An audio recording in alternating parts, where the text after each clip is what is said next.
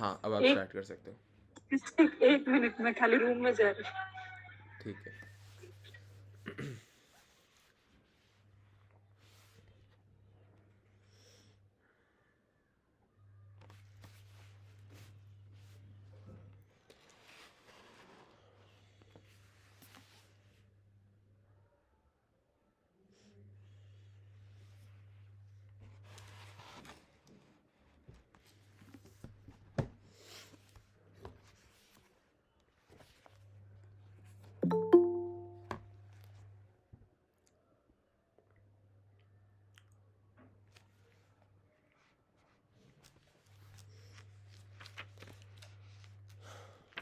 Hare Krishna everyone, you all are welcome to another Bhagavad Gita session.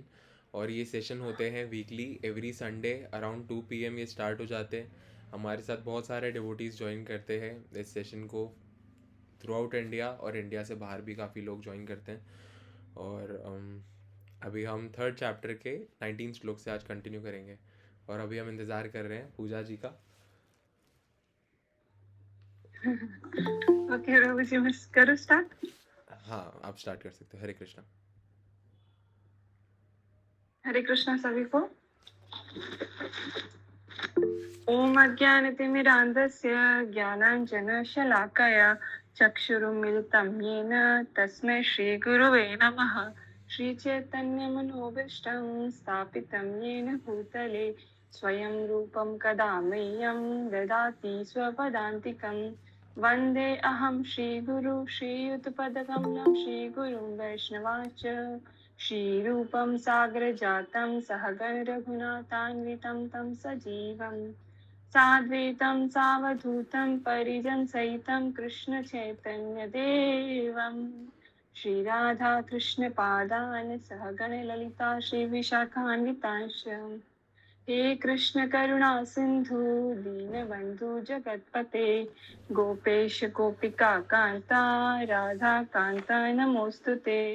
तप्त कंचन गौरांगी राधे वृंदावनेश्वरी वृषभानुसुते देवी प्रणमामि हरिप्रिये। वाञ्छकल्पतरुभ्यश्च कृपा सिन्धुभयेवश्च पतितानां पावनेभ्यो वैष्णवेभ्यो नमो नमः। जय श्री कृष्ण चैतन्य प्रभु नित्यानंद श्री अद्वैत गदाधर श्रीवासादि गौर भक्त वृंद। हरे कृष्णा कृष्ण कृष्णा हरे हरे हरे रामा राम राम हरे हरे। हरे कृष्णा कृष्ण कृष्णा हरे हरे हरे राम राम राम हरे हरे। हरे कृष्णा कृष्ण कृष्णा हरे हरे हरे राम राम राम हरे हरे। नमो विष्णुपादाय कृष्णपृष्ठाय भूतले श्रीमते भक्तिवेदांत स्वामिन्निति नमामिने। नमस्ते सरस्वते देवे गौरवाणी प्रचारिणे निर्विशेष शून्यवादी पाश्चात्य देश तारिणे। हरे कृष्णा प्रभु जी।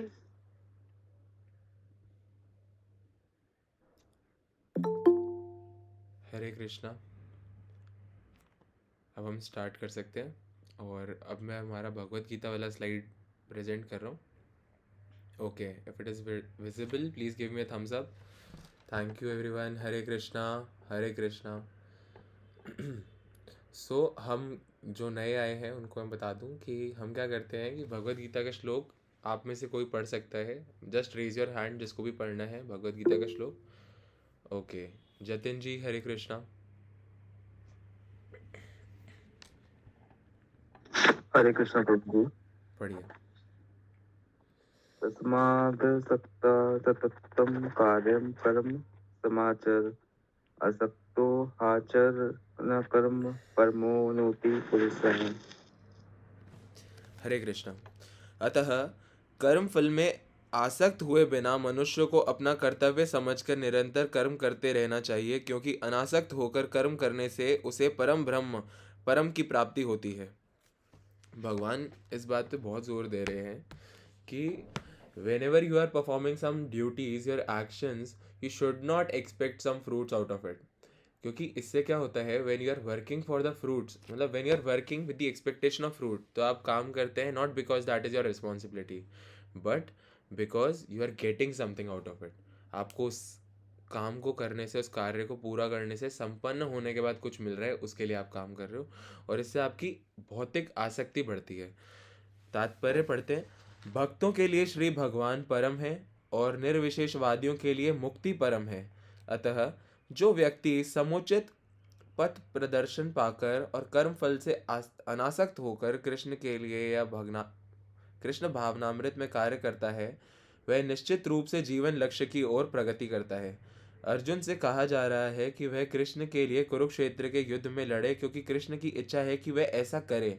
उत्तम व्यक्ति होना या अहिंसक होना व्यक्तिगत आसक्ति है, किंतु फल की आसक्ति से रहित होकर कार्य करना परमात्मा के लिए कार्य करना है. यह उच्चतम कोटि का पूर्ण कर्म है, जिसकी स्तुति भगवान कृष्ण ने की है. नियत यज्ञ जैसे वैदिक अनुष्ठान उन पाप कर्मों की शुद्धि के लिए किए जाते हैं जो इंद्रिय तृप्ति के उद्देश्य से किए गए हों, किंतु कृष्ण भावनामृत में जो कर्म किया जाता है वह अच्छे या बुरे कर्म के फलों से परे है. कृष्ण भावना भवित व्यक्ति में फल के प्रति लेश मात्र आसक्ति नहीं रहती. वह तो केवल कृष्ण के लिए कार्य करता है. वह समस्त प्रकार के कर्मों में रत रहकर भी पूर्णतया अनासक्त रहता है. भगवान कहते हैं कि अगर आप काम कर रहे हो और उन कामों के जो रिजल्ट्स हैं उनको एक्सपेक्ट ना करके केवल काम करने के लिए काम कर रहे हो, क्योंकि वो आपका कर्तव्य है, आपका धर्म है, तब वो सबसे सर्वोच्च कोटि का कर्म होता है. अच्छा, उस कर्म से हमारा भौतिक बंधन नहीं बनता, लेकिन यदि हम कुछ अच्छा करते हैं या बुरा करते हैं तो हमारा एक मटेरियल बॉन्डेज क्रिएट होता है, मतलब हम दुनिया से और ज़्यादा बंधते जाते हैं. 3 तरह के जो गुण होते हैं हम उनके अंडर ही काम करते हैं, सतोगुण, रजोगुण और तमोगुण. अगर उन गुणों से ऊपर उठना है तो हमें भगवान की भक्ति सेवा करनी चाहिए, और ऐसा हम हमारे हर काम से कर सकते हैं. भगवान यही बता रहे हैं कि अगर तुम अनासक्त होकर के अपना कर्म करते हो तो तुम किसी भी बंधन से बंधते नहीं हो. यहाँ पर सबसे स्टार्टिंग में जो तात्पर्य में लिखा है, भक्तों के लिए श्री भगवान परम है और निर्विशेषवादियों के लिए मुक्ति परम है. इसका ये अर्थ है कि जो भक्त होते हैं भगवान के, जो भगवान के स्वरूप को जानते हैं, भगवान को और हमारा संबंध जानते हैं, वो भगवान उनके लिए परम होते हैं. और जो व्यक्ति संसार को जानता है और संसार में रह करके पीड़ा और दुख भोग करके संसार से तो छूट गए, संसार से तो अनासक्त हो गए, लेकिन परम भगवान को नहीं जानता, उनको कहते हैं निराकारवादी, है ना, निर्विशेषवादी. तो ऐसा व्यक्ति के लिए मुक्ति परम होती है. उनको मुक्त होना है, ना कि उन्हें भगवान में रुचि है. तो भगवत गीता हमें भक्त बनने की ओर लेके जाती है, क्योंकि वो हमें भगवान का परिचय करवाती है कि भगवान कौन है और हम कौन है और हमारा भगवान से क्या संबंध है. अगले श्लोक की तरफ चलते हैं. डिस्कशन हम एकदम लास्ट में करेंगे, तो आपको कुछ भी लगे कि आपको इस श्लोक में कुछ पूछना है या कोई पार्ट आपको नहीं समझ आ रहा है या इससे बाहर, तो भी आप पूछ सकते हैं.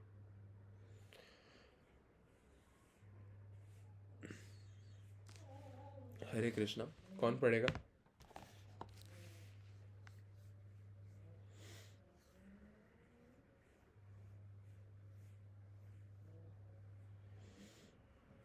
इन श्लोकों में भगवान उदाहरण देते हैं जनक जी का. जनक जी को कौन कौन जानते हैं? बहुत अच्छा. जतिन जी, आप पढ़ेंगे?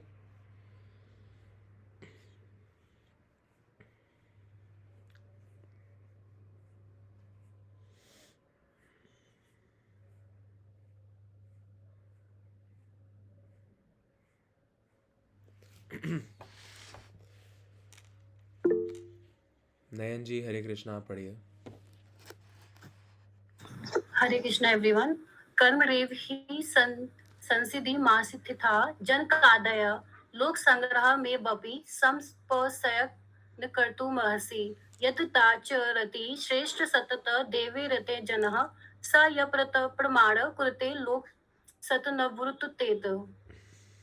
हरे कृष्ण। हरे कृष्णा नयन जी, बहुत अच्छा। जनक जैसे राजाओं ने केवल नियत कर्मों को करने से ही सिद्धि प्राप्त की, अतः सामान्य जनों को शिक्षित करने की दृष्टि से तुम्हें कर्म करना चाहिए।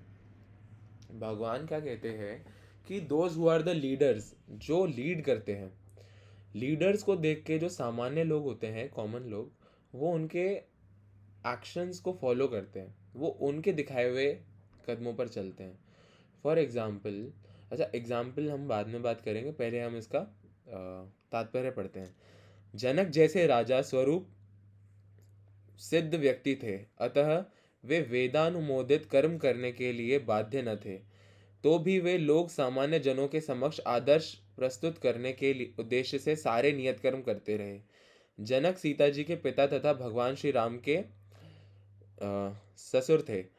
भगवान के महान भक्त होने के कारण उनकी स्थिति दिव्य थी, किंतु चूंकि वे मिथिला, जो भारत के बिहार प्रांत में एक परगना है, के राजा थे, अतः उन्हें अपनी प्रजा को यह शिक्षा देनी थी कि कर्तव्य पालन किस प्रकार किया जाता है।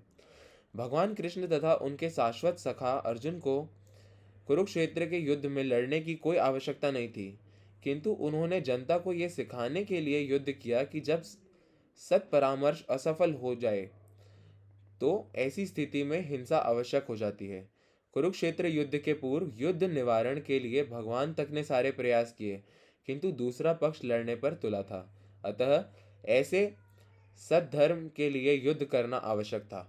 यद्यपि कृष्ण भावना भवित व्यक्ति को संसार में कोई रुचि नहीं हो सकती, तो भी वह जनता को यह सिखाने के लिए कि किस तरह रहना और कार्य करना चाहिए, कर्म करता रहता है। कृष्ण भावनामृत में अनुभवी व्यक्ति इस तरह कार्य करते हैं कि अन्य लोग उनका अनुसरण कर सकें, और इसकी व्याख्या अगले श्लोक में की गई है। जो भी व्यक्ति लीडर होता है, जिनको देख के लोग फॉलो करते हैं, कॉमन लोग उनके पद चिन्हों पर चलते हैं, तो ऐसे व्यक्तियों के लिए भगवान क्या कहते हैं कि उन्हें नियत कर्म करने चाहिए, वेदानुमोदित कर्म करने चाहिए, जैसा वेदों में इंस्ट्रक्शन है वैसे काम करने चाहिए। सो दैट क्या होगा कि वो अपने एक्शंस के थ्रू लोगों को इन्फ्लुएंस करेंगे सही तरह से चलने में।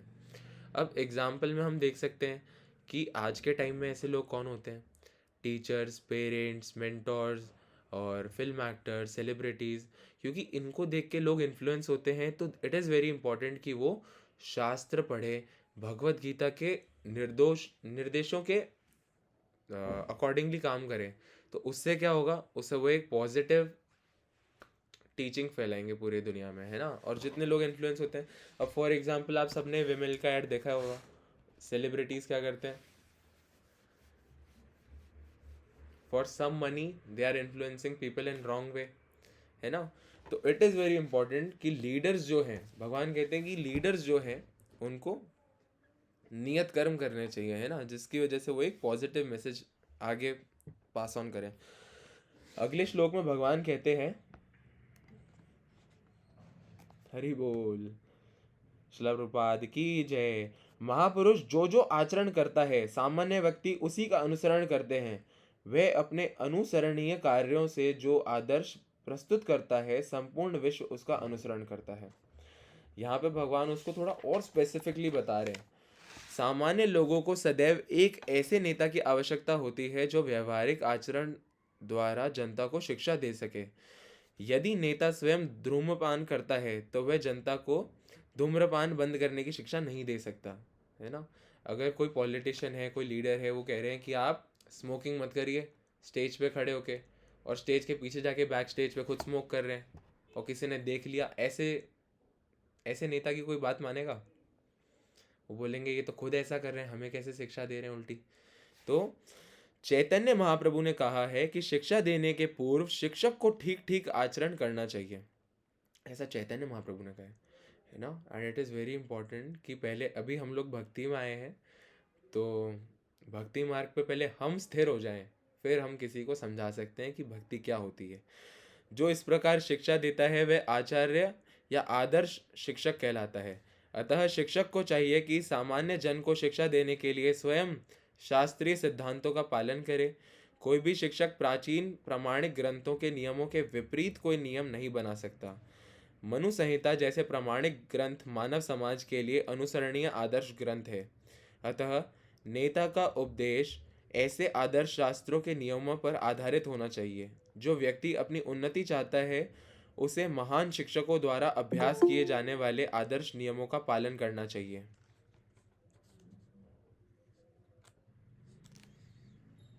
श्रीमद् भागवत भी इसकी पुष्टि करता है कि मनुष्य को महान भक्तों के पद चिन्हों का अनुसरण करना चाहिए और आध्यात्मिक बोध के पथ में प्रगति का यही साधन है। चाहे राजा हो या राज्य का प्रशासनाधिकारी, चाहे पिता हो या शिक्षक, ये सब अबोध जनता के स्वाभाविक नेता माने जाते हैं।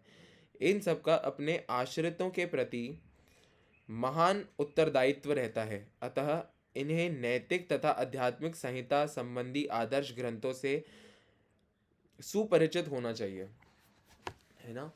तो जितने भी टीचर्स हैं, पॉलिटिशियंस हैं, पेरेंट्स हैं, वो क्या, उनके ऊपर बहुत बड़ी रिस्पॉन्सिबिलिटी होती है ना, पूरे सोसाइटी को, सारे ह्यूमन एग्जिस्टेंस को शेप करने की। अगर कोई व्यक्ति अपने बच्चों को भगवत गीता का ज्ञान नहीं प्रदान कर सकता तो ये बहुत अनफॉर्चुनेट कंडीशन है।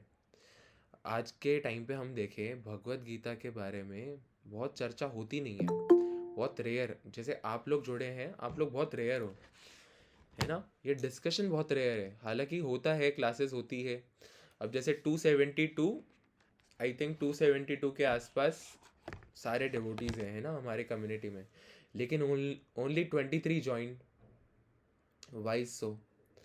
बिकॉज जितनी भी प्रैक्टिसेस हो रही है, जितना भी इन्फ्लुएंस है भी उस सोशल मीडिया का, मूवीज़ का, संडे है तो बाहर घूमने घामने का, जो कि अच्छा भी है, लेकिन इट इज़ वेरी इंपॉर्टेंट कि हम शास्त्रों का पठन करें, जितना हो सके हम भगवत गीता को समझने की कोशिश करें, हमारी लाइफ में इम्प्लीमेंट करने की कोशिश करें, तो वो सभी के लिए बहुत अच्छा है।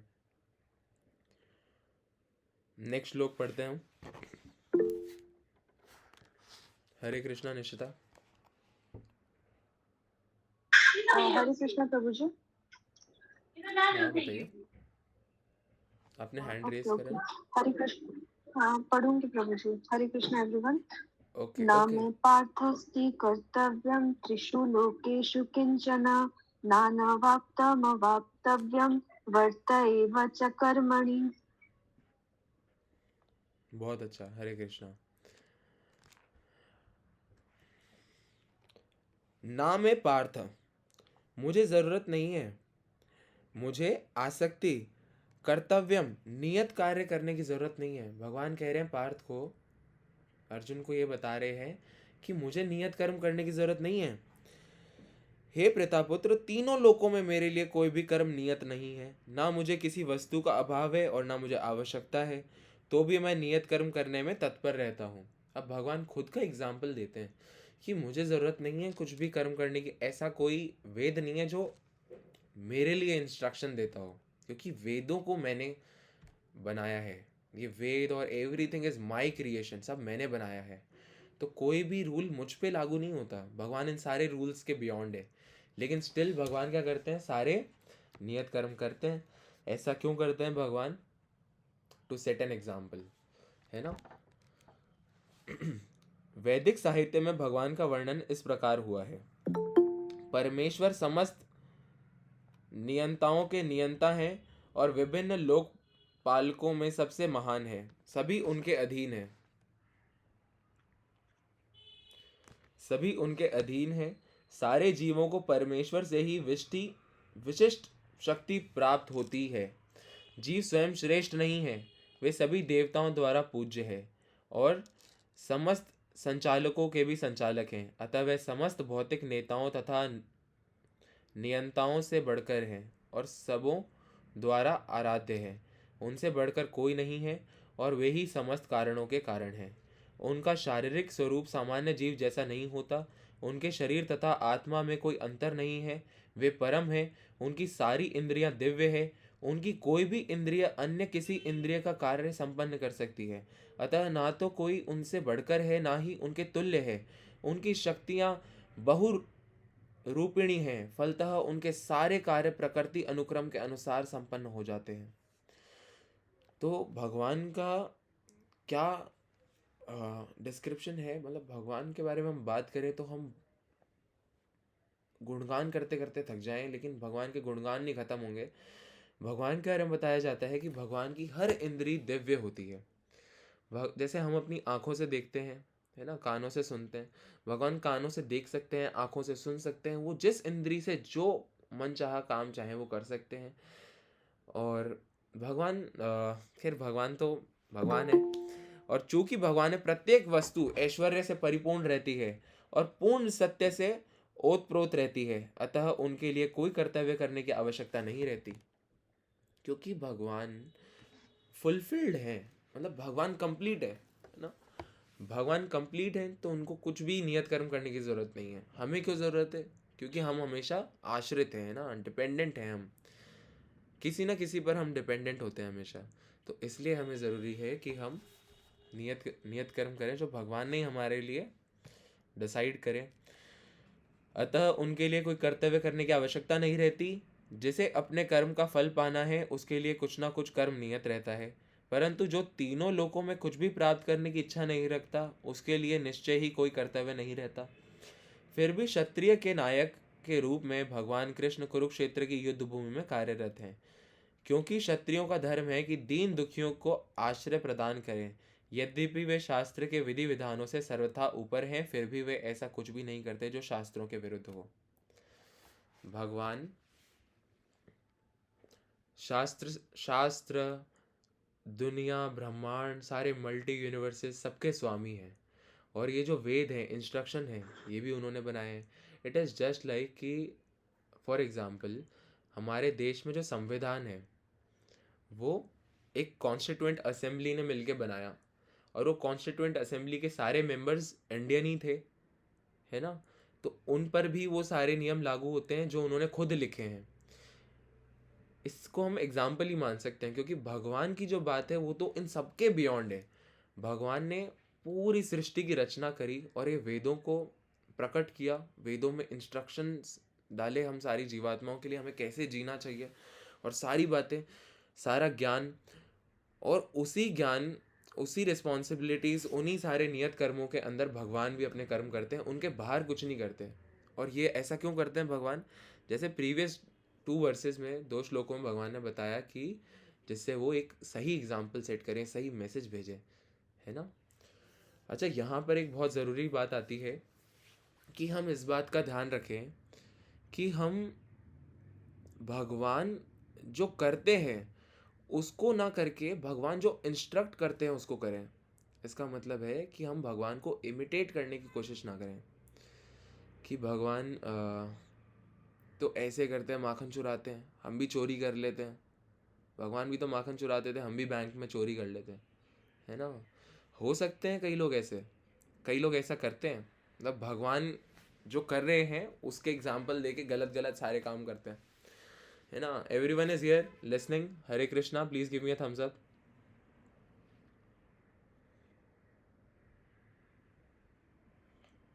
कुछ डिवोटीज भाग जाते हैं, ऐसा मुझे लगता है। हाँ, बिल्कुल बिल्कुल। तो जब भी कोई व्यक्ति आपको ऐसा मिले ना, तो उनको आप ये भी कह सकते हो कि भगवान ने तो गोवर्धन पर्वत उठाया था, आप भी उठा लीजिए, फिर जो मर्जी आए करिए, है ना। तो ऐसा कहा जाता है, मतलब ज़्यादातर जो लोग होते हैं वो किस में इंटरेस्टेड होते हैं? भगवान की रासलीला में। हालांकि वो जानते नहीं है, समझते नहीं है कि रासलीला क्या होती है, फिर भी जो बिना शादी के रिलेशनशिप्स होते हैं उसमें इन्वॉल्व रहते हैं। तो ये अच्छा नहीं है ना। तो हमें ये समझना चाहिए कि जो भगवान जो भी करते हैं वो दिव्य है और शुद्ध है, लेकिन हम जो करते हैं वो बिकॉज ऑफ दिस। हरे कृष्णा। अच्छा, आपको पढ़ना है या फिर आप कुछ पूछ रहे हैं? पूजा जी, हरे नहीं कृष्णा। प्रभु जी, इसमें एक पॉइंट और है, वो है कि ये भगवान श्री कृष्ण देवकी और उनके घर में क्यों जन्म लिया था, क्योंकि इन्होंने भी पास टाइम में इनकी बहुत भक्ति की थी, देवकी और वसुदेव जी ने। उनका पुराने जब डिवोटी थे उनका नाम था प्रांसी और सुतपा। जिन्होंने बहुत भक्ति करने के बाद जब भगवान ने उन्हें दर्शन दिए, तब भगवान को कहा कि हमें आपके जैसा ही पुत्र चाहिए। तो भगवान ने कहा कि मेरे जैसा तो कोई नहीं है, इसलिए मैं खुद ही आ जाऊंगा। बहुत अच्छा, हरि बोल। तो भगवान देखिए, भगवान कितने दयालु हैं। अगर हम भगवान की भक्ति करते हैं, अच्छा इसलिए ना, इसी में मैं भी एक ऐड करना चाहूँगा कि इससे हमें ये पता चलता है कि भगवान से भी बढ़कर है भगवान की भक्ति। जो भक्त होता है, भगवान भक्त के अधीन हो जाते हैं। देखिए, कुरुक्षेत्र के युद्ध स्थल में भगवान अर्जुन के सेवक के रूप में देखे जा रहे हैं, है ना। अर्जुन का रथ चला रहे हो, रथ सारथी। तो भगवान अपने भक्त के अधीन होते हैं। लेकिन ये ऐसा नहीं है कि यहाँ पे कोई ऊपर नीचे नहीं होता। जब भक्त और भगवान की बात आती है तो कुछ ऊपर नीचे नहीं रह जाता। हालांकि भगवान तो सबसे ऊपर है, सबसे सर्वश्रेष्ठ है, लेकिन फिर भी एक भक्त के अधीन होने को स्वीकार करते हैं, एक भक्त के सेवक होने को स्वीकार करते हैं। इतने दयालु हैं भगवान। और ये एग्जाम्पल किस चीज़ का? ये एग्जाम्पल है शुद्ध प्रेम का। अब प्रेम शब्द हम बहुत यूज़ करते हैं, है ना, आए दिन हम सुनते रहते हैं। जो लव वर्ड है वो हम खूब सुनते हैं। It is the word used most, but no one understand it. कोई उसके बारे में समझता नहीं कि लव होता क्या है ना। तो इससे रिलेटेड भी आई थिंक प्रीवियस सेशंस में हमने बहुत बात करी है ना, love versus attachment, what is love and what is attachment. तो आगे बढ़ते हैं हम। तो बहुत परफेक्ट बात है। हरे कृष्णा पूजा जी। प्रभु जी, मैं पढ़ूं नेक्स्ट श्लोक? हाँ, एक बार हम प्रेजेंट कर देता हूँ।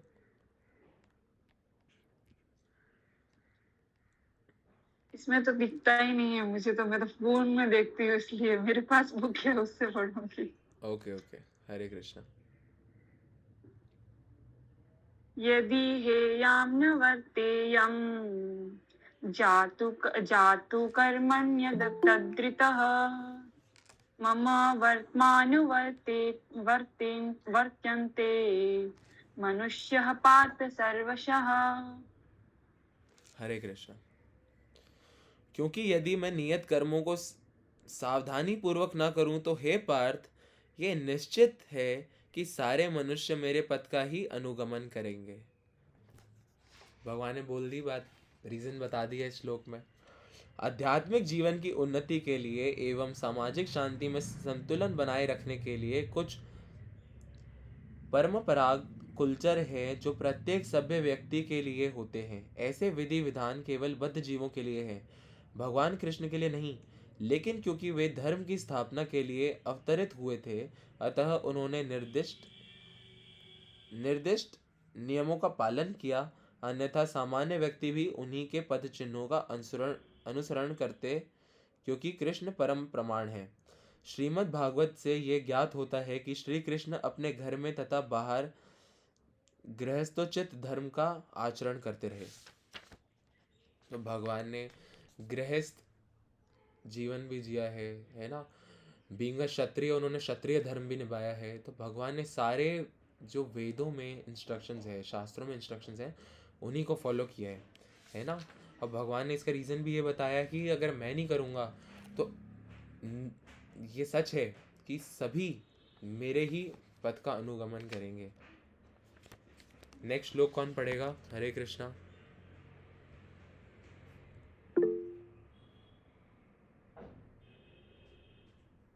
Okay, Jatin ji, you can read Hare Krishna. Hare Krishna Prabhu ji. उद्देश्य उत्तशीदेयुरिमे लोका न कुर्या कर्म चेदेहम् सर्वकरश्च च कर्ता श्यामुपनेहामिमा प्रजा। हरे कृष्ण। हरे कृष्णा। यदि मैं नियत कर्म ना करूं तो ये सारे लोग नष्ट हो जाएं, तब मैं अवांछित जन समुदाय वर्ण संकर को उत्पन्न करने का कारण हो जाऊंगा और इस तरह संपूर्ण प्राणियों की शांति का विनाशक बनूंगा। वर्ण संकर का क्या अर्थ है यहाँ पे? प्रभु जी मैं बताऊं? बताइए पूजा जी। नीचे लिखा है परपट में भी, अनवांटेड पॉपुलेशन। Unwanted population. तो भगवान ये कहते हैं कि यदि मैं नियत कर्म ना करूं तो ये सारे लोग नष्ट हो जाएंगे, तब मैं अवांछित जन समुदाय मतलब अनवांटेड पॉपुलेशन का कारण बनूंगा। और उससे क्या होता है, अनवांटेड पॉपुलेशन का ये अर्थ होता है जो शास्त्र की नॉलेज के बिना जीते हैं, तो वो मन चाहे आचरण करते हैं, मन चाहे कर्म करते हैं, और उनकी वजह से क्या होता है कि और लोग इन्फ्लुएंस होते हैं ऐसा करने में। Nowadays we can see this that many people are having this relationship, girlfriend boyfriend thing and many things, and even the movies भी इसको प्रमोट करती है, live in relationship and everything. लेकिन शास्त्रों में क्या लिखा है, पानी ग्रहण संस्कार होना चाहिए, वन पार्टनर। अब वेरी सॉरी टू से, लेकिन when you are marrying to someone you get to know that they already have 4 relationship, है ना। या फिर कोई व्यक्ति अगर किसी के साथ रिलेशनशिप में भी है तो दे टेल कि मेरे 4 बॉयफ्रेंड थे, 4 गर्लफ्रेंड थे, है ना। तो that is because they don't have knowledge. ब्रह्मचर्य क्या होता है किसी को पता नहीं है ना। तो ब्रह्मचर्य, गृहस्थ, vanaprastha and sannyasa, these are the 4 like parts of a human life. आश्रम होते हैं जिनको हमें फॉलो करना चाहिए, है ना। स्टूडेंट लाइफ में ब्रह्मचर्य का पालन करना चाहिए, लेकिन उसके बारे में नॉलेज ही नहीं होगी तो कैसे करेंगे। किसी चीज़ को इम्प्लीमेंट करने के लिए firstly we have to know कि वो है क्या। तो इसी के लिए भगवान ये बता रहे हैं कि जो लोग हैं, अगर मैं ही नहीं नियत कर्म करूँगा तो लोग तो मुझे देख के वो भी मन चाहे कर्म करेंगे, शास्त्रों की कोई सुनेगा ही नहीं, शास्त्रों की रिस्पेक्ट ही नहीं रहेगी। तो वर्ण संकर अवांछित जन समुदाय है जो सामान्य समाज की शांति को भंग करता है। इस सामाजिक अशांति को रोकने के लिए अनेक विधि विधान हैं जिनके द्वारा स्वतः ही जनता आध्यात्मिक प्रगति के लिए शांत तथा सुव्यवस्थित हो जाती है। जब भगवान कृष्ण अवतरित होते हैं तो स्वाभाविक है कि वे ऐसे महत्वपूर्ण कार्यों की प्रतिष्ठा तथा अनिवार्यता बनाए रखने के लिए इस विधि विधानों के अनुसार आचरण करते हैं। भगवान समस्त जीवों के पिता हैं और यदि वे जीव पथ भ्रष्ट हो जाएं तो अप्रत्यक्ष रूप में यह उत्तरदायित्व उन्हीं का है। अब क्योंकि भगवान सबके पिता हैं तो पिता का रिस्पॉन्सिबिलिटी है ना, it's the responsibility of father कि बच्चों तक सही संस्कार पहुँचे, है ना। फॉर एग्जाम्पल आज आपने देखा है कि कोई पिता अपने बच्चे को कहते हैं कि गाली नहीं देनी चाहिए, गाली देना गलत बात है, और वहीं थोड़ी देर बाद फ़ोन में जाके किसी को गाली वाली देते हैं, गाली गलौज करते हैं। तो ये तो सही एग्जाम्पल नहीं है, तो सही तरीका नहीं है। सही क्या होगा कि that you are implementing it yourself, then you are telling someone. तो भगवान खुद भी इसको फॉलो करते हैं। तो भगवान क्या कहते हैं यहाँ पे, भगवान समस्त जीवों के पिता हैं और यदि ये जीव पथभ्रष्ट हो जाएं तो अप्रत्यक्ष रूप में यह उत्तरदायित्व उन्हीं का है। अतः जब भी विधि विधानों का अनादर होता है तो भगवान स्वयं समाज को सुधारने के लिए अवतरित होते हैं। जैसे ही अधर्म बढ़ता है ना, पाप कर्म बढ़ते हैं, तो भगवान खुद अवतरित होते हैं सिखाने के लिए, क्योंकि बच्चे तो उन्हीं के ही हैं सब। किंतु हमें ध्यान देना होगा कि यद्यपि हमें भगवान के पद चिन्हों का अनुसरण करना है तो भी हम उनका अनुकरण नहीं कर सकते। अनुसरण और अनुकरण एक से नहीं होते। हम गोवर्धन पर्वत उठाकर भगवान का अनुकरण नहीं कर सकते, जैसे कि भगवान ने अपने बाल्यकाल में किया था। ऐसा कर पाना किसी मनुष्य के लिए संभव नहीं। हमें उनके उपदेशों का पालन करना चाहिए, किंतु किसी भी समय हमें उनका अनुकरण नहीं करना चाहिए। श्रीमद् भागवत में इसकी पुष्टि की गई है। जैसा हमने अभी थोड़ी देर पहले डिस्कस किया था कि हमें भगवान का अनुसरण करना चाहिए, अनुकरण नहीं करना चाहिए। मीन्स कि हमें इमिटेट ना करके भगवान के इंस्ट्रक्शंस को फॉलो करना चाहिए, जैसा उन्होंने कहा है वैसा हमें करना चाहिए। ठीक है, सब हैं साथ? Give me a thumbs up एक बार, सब अपनी प्रेजेंट लगा दीजिए। ओके, आगे हम पढ़ते हैं। मनुष्य को भगवान तथा उनके द्वारा शक्ति प्रदत्त सेवकों के उपदेशों का मात्र पालन करना चाहिए। उनके उपदेश हमारे लिए अच्छे हैं और कोई भी बुद्धिमान पुरुष बताई गई विधि से उनको कार्यान्वित करेगा।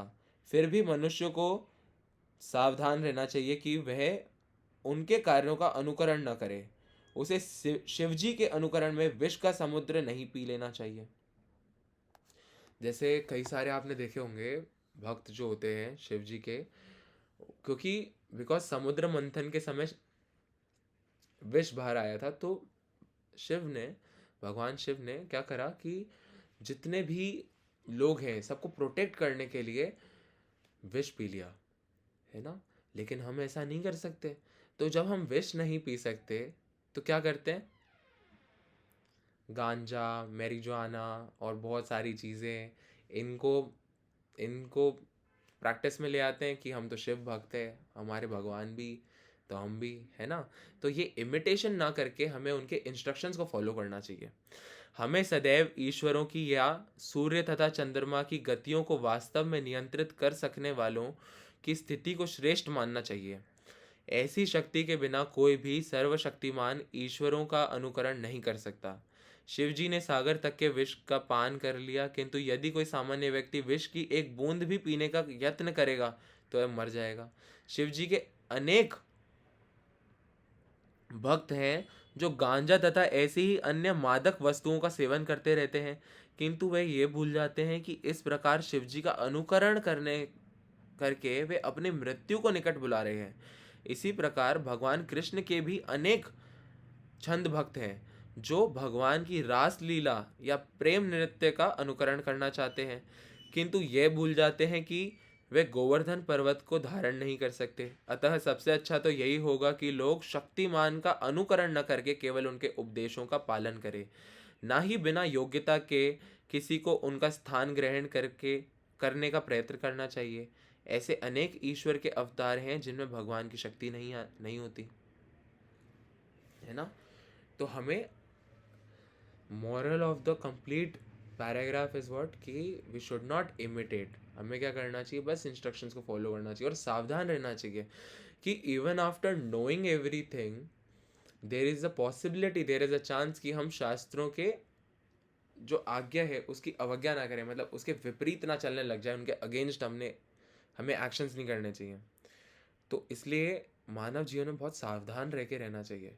कोई ब्रह्मचारी व्यक्ति, हाँ पूजा जी, हरे कृष्णा। हरे कृष्णा प्रभु जी, इसमें एक और चीज मैं ऐड कर सकती हूँ? हाँ बताइए। हाँ, ये इसमें जो लर्नड पर्सन है उनको विद्वान बोलते हैं, और जो इग्नोरेंट पर्सन है उन्हें अविद्वान बोलते हैं। और एक चीज है कि जैसे भगवान काम कर रहे हैं, वो एक तरह से संदेश दे रहे हैं बाकी भक्तों को भी कि वो कैसे इग्नोरेंट पर्सन से डील कर सकते हैं। इग्नोरेंट पर्सन जब उनके सामने आए तो जैसे वो लोग अटैचमेंट के साथ काम करते हैं, हम लोग दूसरों को प्रेरित करने के लिए विदाउट अटैचमेंट काम कर सकते हैं। हम जैसे कि कुछ नाम प्रचार करना, कुछ आयोजन करना जिसके थ्रू लोग अट्रैक्ट हो और कृष्णा कॉन्शियसनेस में आए, और वो भी डिटैच हो चीजों से। तो भगवान के थ्रू वो उनके भक्तों को भी ये संदेश दे रहे हैं कि आप इग्नोरेंट पर्सन से कैसे डील कर सकते हैं। Thank you. बहुत अच्छा पूजा जी, हरे कृष्णा। तो जो भगवान के भक्त होते हैं ना, पूजा जी ने बिल्कुल सही कहा, वो भी एक एग्जाम्पल सेट करते हैं, है ना। अब आप देखिए, जब भी आप मंदिर जाएंगे तो आपको कई सारे भक्त सेवा में लगे हुए मिलते हैं, और वो सेवा करते हैं क्यों, उनका कोई पर्सनल बेनिफिट नहीं, सेवा भाव से। क्योंकि वो बहुत क्या होता है कि if we are in the right position, अब सेवा करना, हमें किसी को लग सकता है कि सेवा, अरे मैं किसी की क्यों सेवा करूं, कोई मेरी सेवा करे, है ना। किसी को लग सकता है भाई मैं तो इतने करोड़ रुपए कमाता हूँ, मैं किसी की सेवा नहीं करता। लेकिन भगवान की सेवा करने में हमारा खुद का ही भला है, उससे हम खुद ही संतुष्ट हो जाते हैं। जितना हम प्रकृति को भोगते हैं उतना हमारी चिंता बढ़ती है ना, उतना हम परेशान होते हैं। लेकिन वहीं जहाँ हम भगवान की सेवा करते हैं तो हम संतुष्ट हो जाते हैं, हमारी संतुष्टि बढ़ती है और हम बहुत आनंदित रहते हैं हमेशा।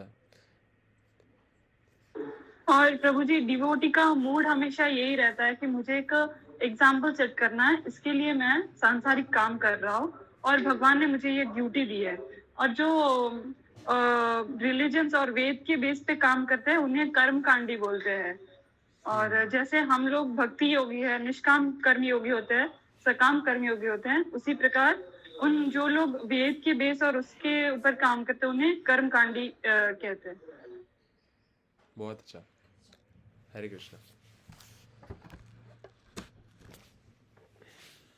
अगले श्लोक को कौन पढ़ेगा?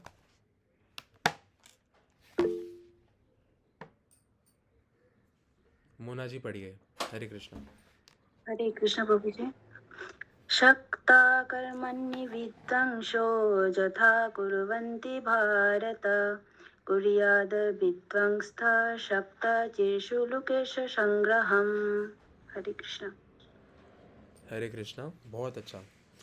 जिस प्रकार अज्ञानी जन फल की आसक्ति से कार्य करते हैं, उसी तरह विद्वान जनों को चाहिए कि वे लोगों को उचित पथ पर ले जाने के लिए अनासक्त रहकर कार्य करें। तो यहाँ पे वही लिखा है जो भी हमने डिस्कस किया था, पूजा जी ने बताया था, तो बहुत परफेक्ट बात है कि जिस प्रकार अज्ञानी जन फल की आसक्ति से कार्य करते हैं, उसी तरह जिनको ज्ञान है, जो विद्वान है, उनको क्या करना चाहिए? उनको अनासक्त रह के कर्म करना चाहिए, सो दैट वो एक एग्जाम्पल सेट करें, है ना। ओके, इसकी तात्पर्य को पढ़ते हैं हमें ना। एक कृष्ण भावना भवित मनुष्य तथा एक कृष्ण भावना हीन व्यक्ति में केवल इच्छाओं का भेद होता है। कृष्ण भावना भवित व्यक्ति कभी ऐसा कोई कार्य नहीं करता जो कृष्ण भावनामृत के विकास में सहायक ना हो। यहाँ तक कि वह उस अज्ञानी पुरुष की तरह कर्म कर सकता है जो भौतिक कार्यों में अत्यधिक आसक्त रहता है, किंतु इनमें से ऐसे कार्य अपनी इंद्रिय तृप्ति के लिए कर किंतु इनमें से एक ऐसे कार्यों को अपनी इंद्रिय तृप्ति के लिए करता है, जबकि दूसरा कृष्ण की तुष्टि के लिए।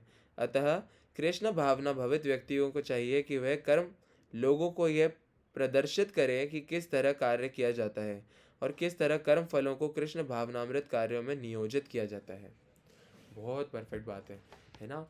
अब कोई कह सकता है कि आप तो भगवान के भक्त हो, आप रोड पे क्यों नहीं रहते, सन्यासी बन के क्यों नहीं रहते? क्यों? क्योंकि वो एक एग्जाम्पल सेट कर रहे हैं ना। भले ही कोई करोड़पति हो, वो भी भगवान के भक्त होते हैं, और वो भगवान की भक्ति करते हुए अपने सारा जितना भी उनका जमा की हुई पूंजी है, वो सब भगवान की सेवा में ही लगता है। अगर कोई ऐसा व्यक्ति किसी कुछ दान पुण्य करते हैं, तो उनकी इच्छाओं में बहुत फर्क होता है। अच्छा, दो व्यक्ति, दो करोड़पति लोग हैं, करोड़पति ए एंड करोड़पति बी, ठीक है। करोड़पति ए है कृष्णा कॉन्शियस पर्सन और करोड़पति बी है नॉट कृष्णा कॉन्शियस, वो भगवान को नहीं जानते हैं ना। कृष्ण भावनाहीन व्यक्ति है वो। तो दोनों ने क्या किया? बहुत सारे गरीबों को खाना खिलाया। तो हम दूर से देख के कह सकते हैं कि दोनों ने सेम ही तो काम किए, कह सकते हैं ना। Give me thumbs up. अच्छा, जो एग्री नहीं करते कि ये सेम नहीं था, दोनों ने एक ही काम करा था फिर भी सेम नहीं था, वो एक थम्स डाउन भी कर सकते हैं। ओके, तो there is a difference of intention, है ना। इच्छाओं का बहुत फर्क है। इच्छाओं का कैसे फर्क है? एक व्यक्ति भगवान की सेवा कर रहे हैं और एक व्यक्ति खुद की सेवा कर रहे हैं। क्या कह रहे हो प्रभु जी? उन्होंने तो बहुत सारे लोगों को खिलाया, इसमें खुद की सेवा कैसे हुई? क्योंकि by that Crorepati A was Krishna conscious, right. तो करोड़पति ए व्यक्ति क्या कर रहे हैं?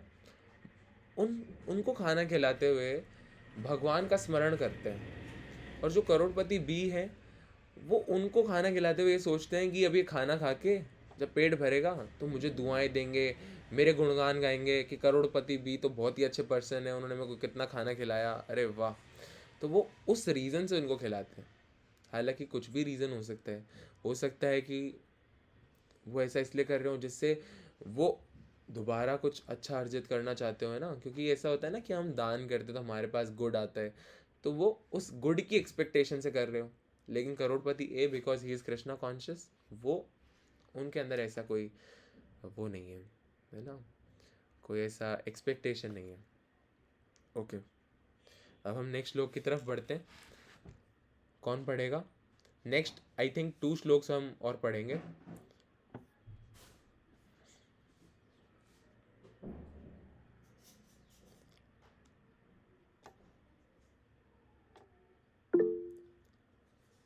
हरे कृष्णा। मोना जी पढ़िए।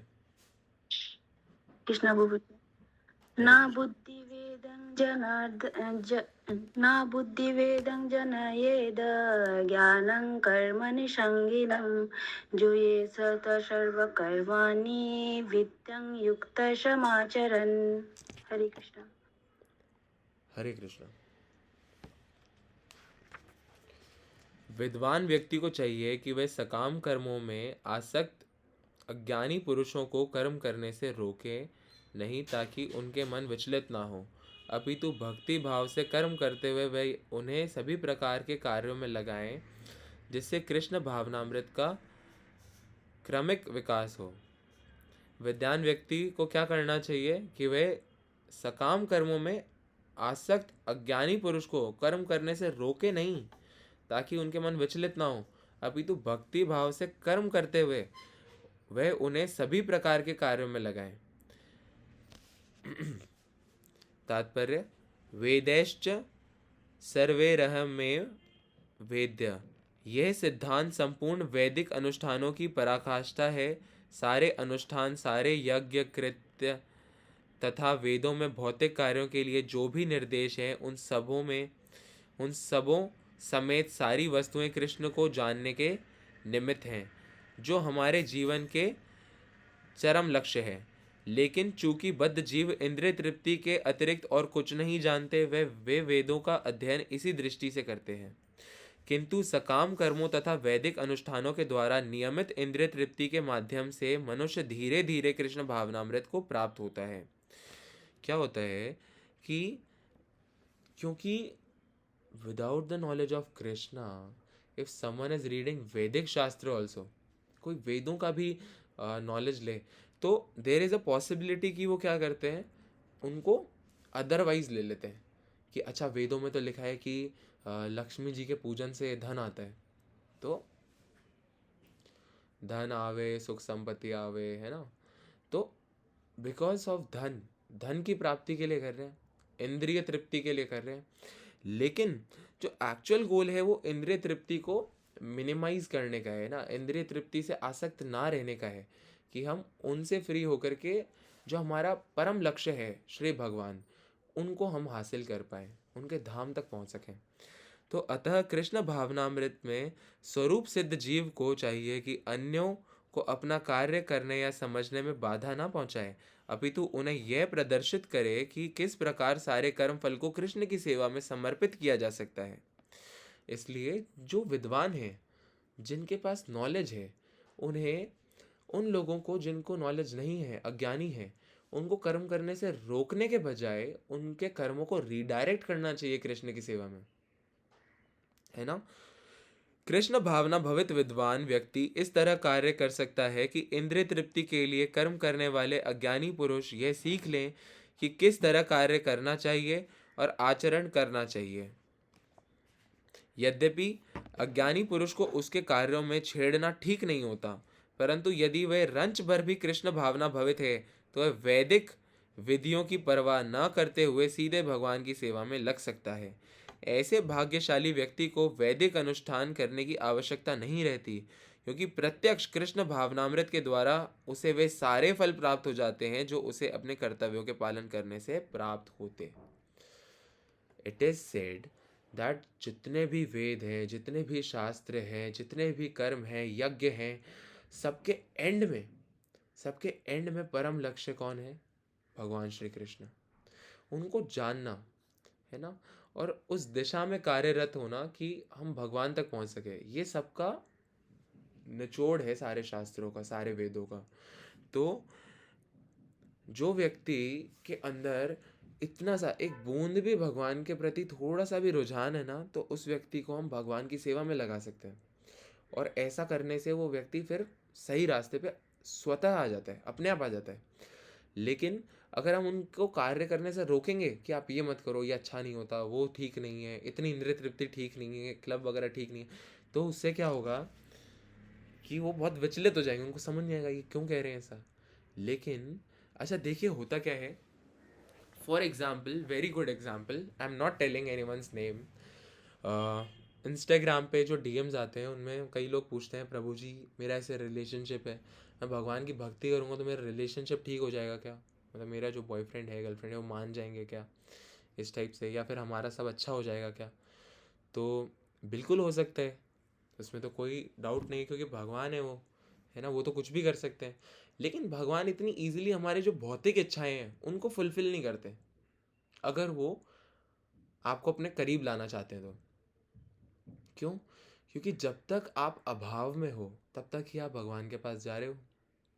जैसे ही आप फुलफिल हो गए, आपको सारे मटेरियलिस्टिक डिमांड आपके फुलफिल हो रहे हैं, तो नहीं होता कि हम आम तौर पे भी देखते हैं कि पेरेंट्स के बच्चे अगर उनको बहुत सब कुछ ही प्रोवाइड कर देते हैं, जो बोल रहे हैं उनकी इच्छा पे उनको दे रहे हैं, तो बच्चे क्या करते हैं, बिगड़ जाते हैं। इसलिए भगवान जो है वो तो परम परमात्मा है ना, सबके पिता है, तो वो बहुत समझदार हैं, वो ऐसे जल्दी से किसी को कुछ डिज़ायर फुलफिल नहीं करते। लेकिन अगर आप उनसे भक्ति मांगे तो तुरंत लो भक्ति, भक्तों का संग, है ना, नाम जप साधना कीर्तन सब प्रोवाइड कर देंगे। भले ही आप दुनिया के किसी कोने में रहते हो, आपको कृष्ण मंदिर मिल जाएगा, ऐसी कृपा करते हैं। तो इंद्रिय तृप्ति के लिए, तो इसलिए क्या होता है कि कर्म फल को कृष्ण की सेवा में समर्पित किया जा सकता है। अगर हम कुछ भी हमें मिल रहा है, कुछ भी कर्मों का फल मिल रहा है, तो हम उसको भगवान की सेवा के तौर पे कर सकते हैं, है ना। अगर हम कॉन्टिन्यूसली भगवान के चिंतन में रहते हैं तो अपने आप हमारे सारे कर्म सेवा बन जाते हैं, तो फिर हम कर्मों के बंधन में नहीं बंधते। यद्यपि अज्ञानी पुरुष को उसके कार्यों में छेड़ना ठीक नहीं होता, उनके कर्मों को रीडायरेक्ट करना ठीक है ना। इसी से रिलेटेड एक बहुत अच्छा पास टाइम है, मैंने प्रीवियस एक सेशन में बताया था, क्योंकि आज नए डिवोटीज ज्वाइन हुए हैं तो मैं फिर से बताता हूँ। श्रीला प्रभुपाद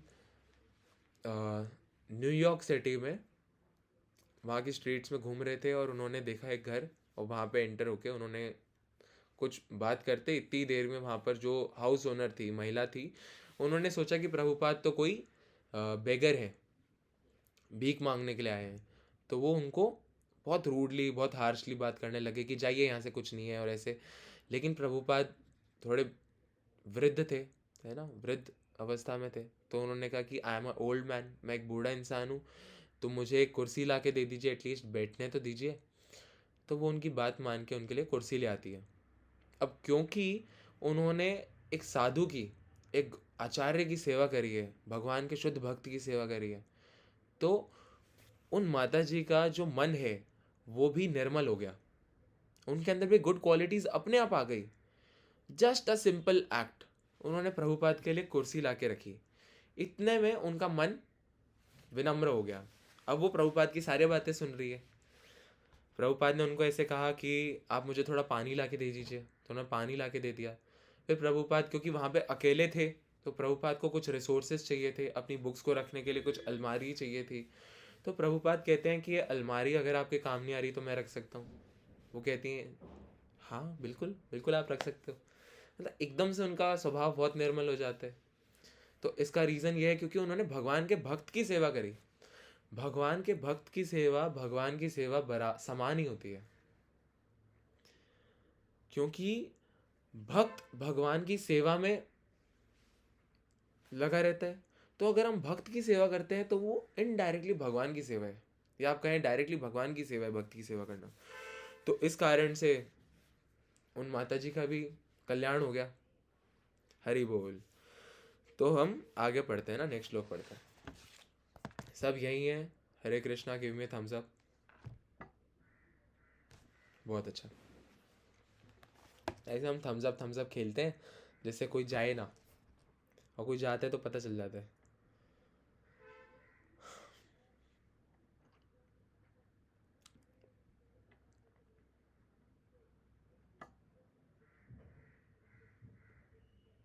हाँ बिल्कुल बिल्कुल, शुभम जी ने जो पूछा है वो बहुत परफेक्ट बात है, क्योंकि मैं ज़्यादा चैट्स देखता नहीं हूँ, लेकिन शुभम जी ने जो कहा वो बहुत अच्छा है।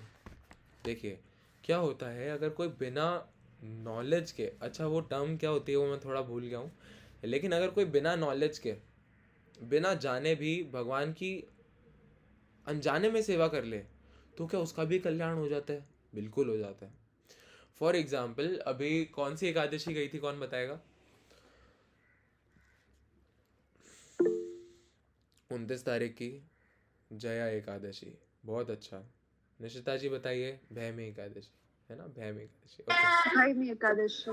तो भैमी एकादशी में अगर आप उसकी स्टोरी देखें तो उसमें दो पर्सनालिटीज हैं, वो because of some bad sinful activities क्या होता है, उन उनका बहुत पतन हो जाता है ना, वो नीचे के लोकों में गिर जाते हैं। लेकिन क्योंकि अवेलेबिलिटी नहीं है फूड की, तो अपने आप ही उनका एकादशी का व्रत हो जाता है ना। बहुत ठंड में ठिठुरते रहते हैं तो उनका जागरण हो जाता है रात भर।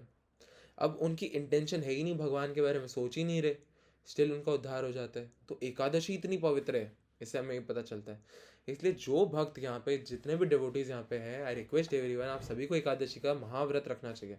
Ekadashi is not a simple fast. I hope कि सभी एकादशी का फास्ट रखते हैं। कौन नहीं रखता? Give me a honest thumbs down अगर कोई नहीं रखता है तो। Okay, Shalini ji please try कि आप एकादशी का व्रत रखें। निशा जी है ना, दिव्या जी, क्योंकि एकादशी का व्रत, अब नेक्स्ट एकादशी आएगी 13 तारीख को, हरी बोल। तो 13 तारीख को जो एकादशी आएगी वो बहुत इंपॉर्टेंट एकादशी है। क्यों इंपॉर्टेंट है वो आपको अपडेट हो जाएगा ना मेरे इंस्टाग्राम पेज पे भी, और हम यहाँ इन सेशंस में भी बात करा करेंगे। तो आगे पढ़ते हैं। यहाँ प्रभु जी जब एकादशी करवाते हैं फेस्टिवल के जैसा फील होता है। अभी नेक्स्ट टाइम सभी करेंगे, जो यहाँ आ रहे हैं वो तो करेंगे जी ही प्रभु करेंगे। जी, चैंटिंग सेशन इतना अमेजिंग होता है उस दिन, ओ माय गॉड। उस दिन एकदम त्योहार जैसा ही लगता है। बिल्कुल बिल्कुल सही बात है। तो अब देखिए एवरीवन है ना, देखिए Puja ji and Nishchita ji both are attending the morning chanting sessions. तो ऑन एकादशी हम क्या करते हैं, थोड़ा लंबा चैंटिंग सेशन रखते हैं। और इसका क्या रीज़न है, ज़्यादा चैंटिंग क्यों करते हैं एकादशी में, ये सभी वहाँ पर डिस्कस होते हैं। तो इस भगवद गीता डिस्कशन को वहाँ ना शिफ्ट होने दे करके हम यहीं पे वापस ले आते हैं। और आई हैव अ रिक्वेस्ट कि आप सभी जैसे भगवद गीता सेशन में जुड़ रहे हैं है ना, वैसे ही आप डेली जो सेशंस होंगे आगे, या जो भी सेशंस होंगे उनके लिए टाइम निकालें, है ना। इफ़ पॉसिबल टाइम निकालिए, ज़्यादा से ज़्यादा जुड़ने की कोशिश करें। क्योंकि अगर एक दिन भी नहीं जुड़ेंगे तो लगेगा कि पहले भी तो स्किप हो गया, फिर छोड़ देते हैं, कोई बात नहीं, फिर कभी हफ्ते में एक बार ज्वाइन कर लेंगे, तो उससे नहीं बेनिफिट होगा। रेगुलरली अगर आप एंगेज रहेंगे ना तो बहुत आपको बेनिफिट होगा। चलिए नेक्स्ट श्लोक कौन पढ़ेगा? अर्पिता जी पढ़िए। हरे कृष्णा।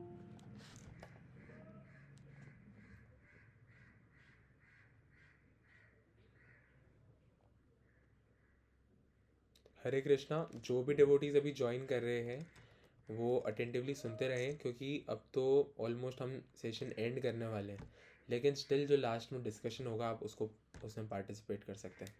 अर्पिता जी आप पढ़ सकते हो। हरे कृष्णा। प्रकृते क्रियमाणानि गुणे कर्माणि सर्वसा अहंकार विमूढ़ात्मा कर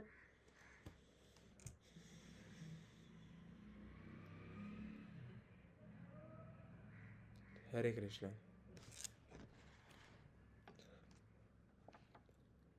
ओके। जीवात्मा अहंकार के प्रभाव से मोहग्रस्त होकर अपने आप को समस्त कर्मों का कर्ता मान बैठता है, जबकि वास्तव में वे प्रकृति के तीनों गुणों द्वारा संपन्न किए जाते हैं। जो भी जीवात्मा है वो उसमें ईगो आ जाता है और वो अपने आप को सारे कर्मों का ओनर मानने लग जाते कि ये तो मैंने किया है, ये मैंने किया है। इसके कारण क्या है, अहंकार जो है उससे ये जन्म लेता है, ऐसा बर्ताव, ऐसा है ना। लेकिन वास्तव में इन रियलिटी क्या होता है, वे प्रकृति के तीन गुणों सतोगुण, रजोगुण और तमोगुण के अधीन काम करते हैं। दो व्यक्ति जिनमें से एक कृष्ण भावना भवित है और दूसरा भौतिक चेतना वाला है, समान स्तर पर कार्य करते हुए भी समान पद पर प्रतीत हो सकते हैं, किंतु उनके पदों में आकाश पाताल का अंतर रहता है। भौतिक चेतना वाला व्यक्ति अहंकार के कारण आश्वस्त रहता है कि वही सभी वस्तुओं का कर्ता है। वह यह नहीं जानता कि शरीर की रचना प्रकृति द्वारा हुई है, जो परमेश्वर की अध्यक्षता में कार्य करती है। भौतिकतावादी व्यक्ति यह नहीं जानता कि अंतोगत्वा वह कृष्ण के अधीन है। अहंकारवश ऐसा व्यक्ति हर कार्य को स्वतंत्र रूप से करने का श्रेय लेना चाहता है और यही है उसके अज्ञान का लक्षण। उसे यह ज्ञात नहीं कि उनके एक स्थूल तथा सूक्ष्म शरीर की रचना प्रकृति द्वारा भगवान की अध्यक्षता में की गई है, अतः उसके लिए शारीरिक तथा मानसिक कार्य कृष्ण भावनामृत में रहकर कृष्ण की सेवा में तत्पर होने चाहिए। अज्ञानी व्यक्ति ये भूल जाता है कि भगवान ऋषिकेश कहलाते हैं, अर्थात वे शरीर की इंद्रियों के स्वामी हैं। इंद्रिय तृप्ति के लिए इंद्रियों का निरंतर उपयोग करते रहने से वह अहंकार के कारण वस्तुतः मोहग्रस्त रहता है, जिससे वह कृष्ण के साथ अपने शाश्वत संबंध को भूल जाता है। बहुत परफेक्ट श्लोक, इसको हम नोट भी कर सकते हैं। दिस इज द श्लोक नंबर 28 नहीं 27 एंड चैप्टर 3.8, बहुत इंपॉर्टेंट। जो जीवात्माएं हैं वो अहंकार, इसी से रिलेटेड डिस्कशन आज सुबह भी हुआ था कि जितनी भी जीवात्माएं हैं वो अहंकार में आकर के ये सोचती है कि मैं करता हूँ, मैं हूँ जो सब कर रहा हूँ, लेकिन ये भूल जाती है कि प्रकृति किसकी है। प्रकृति भगवान की, प्रकृति से दिया हुआ शरीर, उसमें आत्मा भगवान की, सब कुछ भगवान का। तो मेरा क्या है? मेरा तो सब कुछ कृष्ण का है। तो ये भूल करके अपने आप को स्वामी मानने वाला जो व्यक्ति होता है कि मैं सबका स्वामी बन जाऊं, है ना, अपनी प्रभुत्व जो स्थापित करना चाहता है प्रकृति के ऊपर, वो इंद्रियों, वो क्या करते हैं, प्रकृति को एक्सप्लॉइट करते हैं, प्रकृति का भोग करते हैं।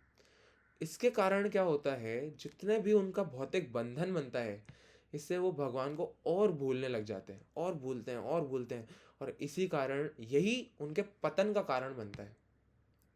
क्योंकि without God consciousness no one can survive, no one can live, no one can live happily. You can live but in a very very poor condition. भले ही हो सकता है कि इस जन्म में कोई बहुत रईस हो, बहुत उनके पास सारी चीज़ें अवेलेबल हो, और उनका अपने सारे ऐश्वर्यों का, अपने जितने भी वेल्थ है, उसका उपयोग वो किस में कर रहे हैं, सेंस ग्रेटिफिकेशन में, अपने आप को प्लीज करने में। तो यहाँ तक जहाँ तक दिख रही है हमें पिक्चर के पार्ट 1 में अभी वो अमीर है, नेक्स्ट जो पार्ट आएगा पिक्चर का उसमें वो न जाने क्या बन जाएंगे। हो सकता है कि पत्थर बन जाए, है ना, या फिर बहुत बुरा रोल मिले उस मूवी में उनको। तो ये हमें समझना चाहिए कि what we are seeing is not the complete reality. Complete reality is beyond what we see. हम जो परसीव कर सकते हैं वो सब कुछ लिमिटेड होता है because of our limited senses, लेकिन उसके बियॉन्ड क्या है वो हमें शास्त्र समझाते हैं। शास्त्रों को पढ़ के, उनका अध्ययन करके हम ये जान सकते हैं। तो हमें समझना चाहिए कि ये जो शरीर है ये किसकी रचना है, प्रकृति की। प्रकृति किसकी आज्ञा से काम करती है, भगवान की आज्ञा से।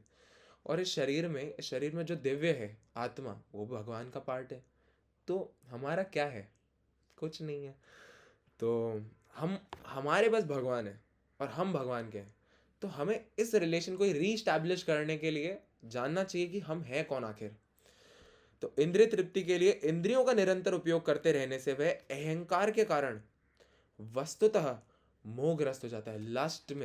लस्ट के अंदर आकर के क्या हो जाता है, कृष्ण के साथ अपना जो एटर्नल रिलेशनशिप है, भगवान के साथ जो हमारा संबंध है, उसको भुला बैठता है। और ये तो सबसे अनफॉर्चुनेट सिचुएशन, अनफॉर्चुनेट स्थिति है किसी भी व्यक्ति की जो भगवान को नहीं जानता है ना। और भगवान को ना जानने के लक्षण भी दिखाई देते हैं, फिर सारे बुरे काम, सब कुछ। यहाँ तक कि आज का हमारा भगवद गीता सेशन होगा। इसके अगले श्लोक से हम नेक्स्ट संडे रीड करेंगे, या हो सकता है नेक्स्ट संडे हम कुछ और रीड करें, है ना, पॉसिबली। देखते हैं कि जैसा भी होगा। अब जो भी जिस भी तरह से सेशंस होंगे वो सब आपको व्हाट्सएप अनाउंसमेंट जो ग्रुप है अपना, उसमें अपडेट हो जाएंगे।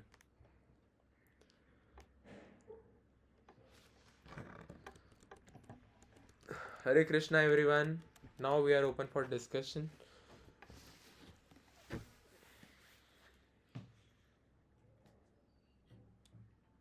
बहुत अच्छा है, बहुत अच्छी बात है कि आप इतनी देर बैठ के, 1 घंटा बैठ के आप भगवद गीता सुन सकते हो, तो बहुत अच्छा है।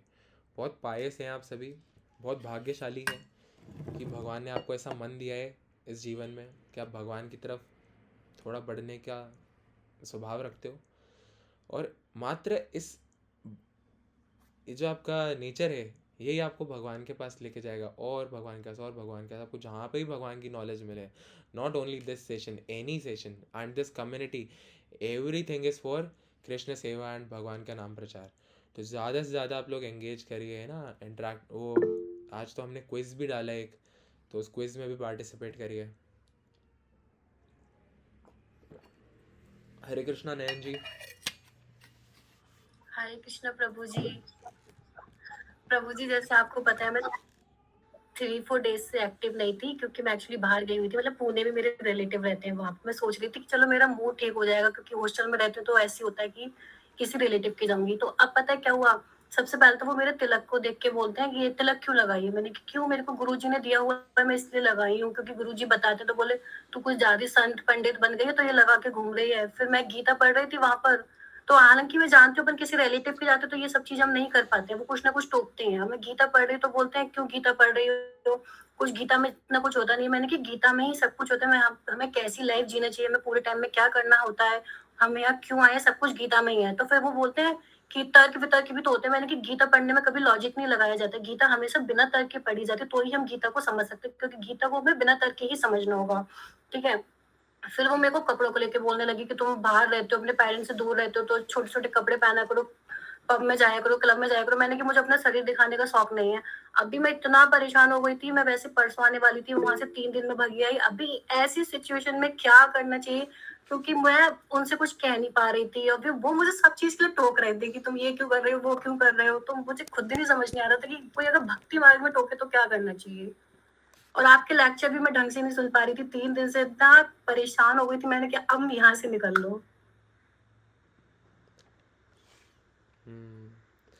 तो कौन कौन तो इस, आप अच्छा बताओ ठीक कोई है, अगर कौन कौन इस सिचुएशन से रिलेट कर पा रहा है? Give me a thumbs up. Even मैं भी एक थम्स अप भेजूंगा। ये तो सभी की स्थिति है, क्योंकि हम इतने अनफॉर्चुनेट है। कोई सही काम करता है तो उनको बोला जाता है कि आप क्या कर रहे हो ये, है ना, क्योंकि और मुझसे बोलते हैं कि ना तुम अगर अच्छे से कपड़े पहनोगी, थोड़े ना पार्टी वगैरह में जाओगी, लोगों के बीच में रहोगी तो स्मार्ट बनोगी, भक्ति मार्ग में तुम कौन सा स्मार्ट बन जाओगी। तो मैंने उनसे बोला, मैंने कि इन सब में कुछ नहीं रखा है। मैंने कि एटलीस्ट मैं कलयुग के लोगों की तरह तो नहीं कर रही हूँ। मैं उनसे बोलने वाली थी कि आपके बच्चे भी तो पूरे टाइम फोन में लगे रहते हैं, तो आप उनसे क्यों नहीं टोकते हो। तो फिर मैं इग्नोर करती जा रही थी सब, पर बिल्कुल मेरा 3 दिन में मैं थक गई। मैंने क्या, मैं कैसे झेलूं ऐसे लोगों को। बिल्कुल। ये तो देखिए क्या होता है ना, कि अब हमें कैसे रहना चाहिए। जैसे फॉर एग्ज़ाम्पल हम तिलक लगा के नहीं जाएं क्या? बिल्कुल आप जाइए, लेकिन बहुत न्यूट्रल। उनको, उनके साथ किसी के भी साथ बहस मत करिए, है ना। बस सबको एक सिंपल आंसर दीजिए कि आई लाइक दिस तिलक। जब भी मैं तिलक लगाता हूँ मेरा मूड बहुत पॉजिटिव रहता है ना। ऐसा जनरल आंसर दीजिए कि उनको मौका ही नहीं मिले तो बोले क्यों मूड अच्छा रहता है। अरे रहता है तो रहता है भाई, अब इसमें क्या क्वेश्चन। क्योंकि जब हम भगवत गीता पर आ जाते हैं तो every one can give their own interpretation कि भगवत गीता क्यों पढ़ रहे हो, क्या रखा है, बाबा जी बनोगे क्या, शादी नहीं करोगे क्या। तो ये तो मुझे सुनने को मिलता है ना तो ये आप भी जान लीजिए, मेरे को भी इस तरह की चीज़ें सुनने को मिलती है। क्योंकि क्या होता है कि जो मेजॉरिटी कर रही है, जो थिंकिंग है ना, जो माइंडसेट है, वो ऐसा है कि जो मेजॉरिटी कर रही है वो सही है। अब मेजॉरिटी क्या कर रही है भाई, जो आप बता रहे हो, क्लब्स में जाना, है ना, और दुनिया भर में सारी चीज़ें करना। और कोई व्यक्ति, अब आप मानेंगे नहीं, कोई फ्रेंड सर्किल होता है, उसमें अगर कोई व्यक्ति शराब नहीं पीता तो बोलता है तू बच्चा है क्या, क्या पीता है, फिर दूध पीता है। और वो व्यक्ति क्या है कि बिकॉज ऑफ दैट होता है ना एक पीयर प्रेशर, उसमें कई बच्चे बेचारे पीने लग जाते हैं और फिर आदी हो जाते हैं, लत लग जाती है। तो बहुत बुरी सिचुएशन है। लेकिन ऐसे में अपने आप को प्योर रखने के लिए हमें क्या चाहिए ऐसे में अपने आप को, हाँ, फेयर ऑफ मिसिंग आउट में पड़ जाता है ना। तो ऐसे में अपने आप को शुद्ध रखने के लिए, क्योंकि देखिए आप तो ऑलरेडी सत्संग सुनते हो, ज्वाइन करते हो, है ना, क्लासेस भी, और जब करते हो तो आप प्रोटेक्टेड हो। आपको कृष्ण का प्रोटेक्शन मिला हुआ है ऑलरेडी, आपको माया कुछ नहीं बिगाड़ सकेगी। This is Maya only. तो अब सवाल ये आता है कि ऐसे में हम ऐसे रिश्तेदारों को डील कैसे करें। सही बात है, गिव मी थम्स अप, यही क्वेश्चन आता है ना। एक जनरल आंसर दीजिए कि this tilak, I like this tilak, है ना, आपके बच्चों को फ़ोन पसंद है, मेरे को ये तिलक पसंद है, देखिए बिल्कुल इस तरीके से, मतलब ऐसा वैसे ऐसा तो नहीं बोलना है, लेकिन ऐसा कुछ मत बोलिए कि जिससे कि एक डिबेट में आप फंस जाएं, क्योंकि डिबेट में फंस के क्या होगा कि देयर इज़ अ पॉसिबिलिटी कि आपका मन खराब हो जाए बहुत, जब आप डिबेट में फंस जाओगे तब। प्रभु जी बेस्ट आइडिया ऐसे माहौल में जल्द से तिलक दे देना चाहिए। मैंने बहुत देखा है और बहुत बार ऐसी फील्डिंग सेट हो रखी है मेरी तो मैं तो ये जल्द से ही देती हूँ उस टाइम। वो भी बहुत अच्छा प्रभु है, जी मेरे लेकिन केस में तो ऐसा है प्रभु कि जी मेरे पेरेंट्स बहुत सपोर्ट करते हैं, मैं कुछ भी करती हूँ। हेलो हाँ हाँ मैं सुन रहा हूँ, प्रभु जी बहुत मैं अच्छा। पूछ रहा था कि कहीं तो हाँ भक्ति बोला जाता प्रभु ना जी कि मेरे छिपा केस में के तो करना ऐसा है कि चाहिए। मेरे पेरेंट्स तो इस चीज में बहुत सपोर्ट करते हैं, मैं जो भी शुभम जी करती एक हूँ, बार, बट हाँ बताइए। बोलते हैं कहीं कहीं पे कि भक्ति छिपा के करना चाहिए, तो कहाँ पे छिपाना चाहिए भक्ति को अपने, कि जैसे देखो वो मतलब बताइए इन बताइए। मतलब वो बढ़े, भक्ति बढ़े, और मतलब वो जो हम लोग होता है ना कहीं पे बोलते हैं कि दिखावा, वो सब जगह से बचना चाहिए। हाँ देखिए, अब यहाँ पे क्या बात आती है ना, जब आप भक्ति कर रहे हो तो आपका यहाँ पे इंटेंशन बहुत मैटर करता है ना। अब एक होती है भक्ति, एक होती है भक्ति लेकिन अंदर ही अंदर कुछ और चल रहा है, एक होती है कि साधारण जो आम लोग हैं, सामान्य लोग हैं, है ना, जैसे जी रहे हैं वैसे जी रहे हैं। तो भक्ति जब हम करते हैं ना, तो इट इज़ इम्पॉर्टेंट कि हम हमारी भक्ति का प्रचार ना करें कि मैं तो ऐसा भक्त हूँ, और प्रचार भले भी प्रचार भी करें, लेकिन यहाँ पे इंटेंशन बहुत मैटर करता है। अगर हम इस इंटेंशन से किसी को बता रहे हैं कि हम जब करते हैं कि वो हमारी प्रशंसा करे कि अरे तुम तो बड़े मस्त इंसान हो, क्या भक्त हो तुम, मज़ा आ गया तुम्हारा, तुमसे मिल के मज़ा आ गया, अगर हम इस एप्रिसिएशन को क्रेव कर रहे हैं तब तो दिक्कत है। लेकिन अगर हम बता के उनको ये समझाना चाहते हैं कि तुम्हारी स्थिति भी सुधर जाएगी अगर तुम भगवान के करीब आओ, तब वो बताना ठीक है। तो यहाँ हमें छुपाने का अर्थ ये नहीं कि हम छुपाएं कि अकेले कमरे में बैठ के करें और कोई आगे तो मालक छुपा दी और पूरा ऐसे बैठ गया एकदम से, है ना, तिलक विलक मिटा दिया फटाफट से, नहीं। हमें चाहिए कि हम दिखाएं हमारे तिलक को, प्राउडली दिखाएं कि क्योंकि हम किसके दास हैं, परम भगवान के हम दास हैं, इसमें तो हमारी वो है, हमारा गर्व की बात है ना। लेकिन क्या होता है कि यहाँ पे आप समझ गए कि हमें इससे एप्रिसिएशन क्रेव नहीं करना कि हमें कोई अप्रिशिएट करे कि वाह तुम तो बड़ी अच्छी माला करते हो, बड़े तुम भक्त हो, बहुत अच्छी बात है। इसको हमें नहीं क्रेव करना चाहिए, क्योंकि जो भक्त होता है उनको अपने आप रिस्पेक्ट मिलती है। देखिए साधु जनों को, है ना, कितनी उनको रिस्पेक्ट मिलती है, तो वो उस रिस्पेक्ट को क्रेव नहीं करते ना, उस रिस्पेक्ट से अहंकार में आते हैं।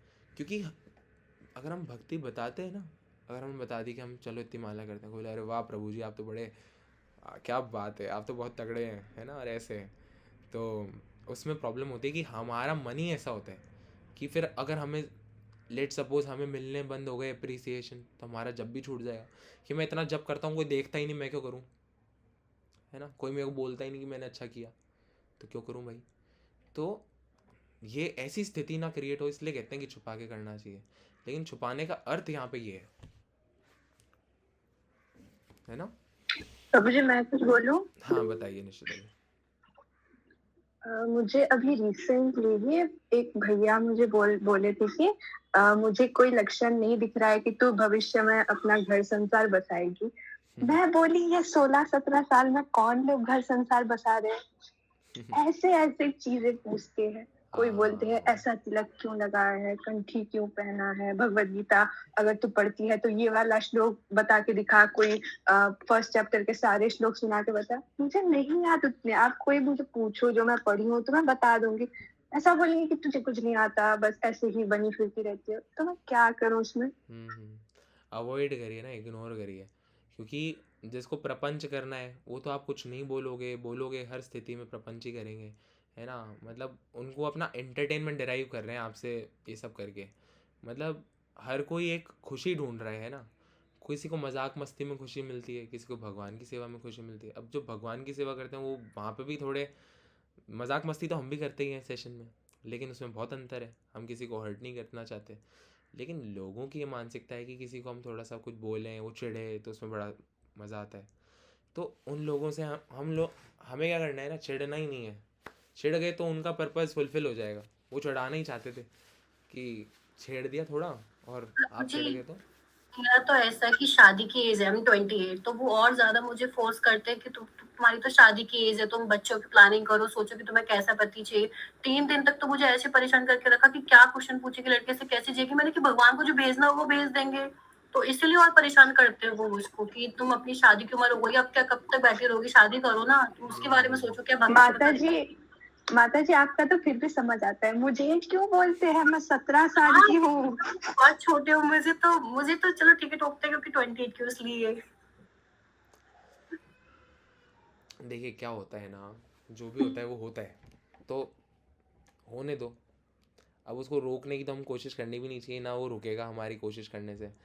तो हम प्रभु क्या जी इसे एक टेस्ट के जैसे भी ले सकते हैं कि भगवान हमारे भक्ति का टेस्ट ले रहे हैं। बिल्कुल बिल्कुल बहुत बहुत लोग आते हैं ऐसे बोलेंगे हमको इग्नोर करना है, उनसे बहस करनी है, क्या करना है। ऐसे लोगों पे थोड़ी दया भी आनी चाहिए कि उनको कुछ मुझे पता माता ही जी नहीं है भगवान के बारे में। मैं पता है फिर खुद जी से यही बोल रही थी कि शायद भगवान जी कोई मेरा टेस्ट ले रहे हैं, सोच रहे कि भक्ति मार्ग में थोड़ा इसका चलो हाँ, टेस्ट और ले लूं। ऐसे देखिए आपको कजन्स के घर तो जाना ही पड़ेगा। मेरे कजन्स तो ऐसे ऐसे सवाल पूछते हैं, पूछो मत। 1-2 बार तो मैंने प्रभु जी से कहा, फिर उसके बाद तो मैंने बोलना ही छोड़ दिया। वो जो बोलते मैं कहती हूँ हाँ हाँ ठीक है, तुम सही हो, तुम सही हो, ठीक है मैं छोड़ दूंगी भक्ति अभी, चलो चलो यहाँ से।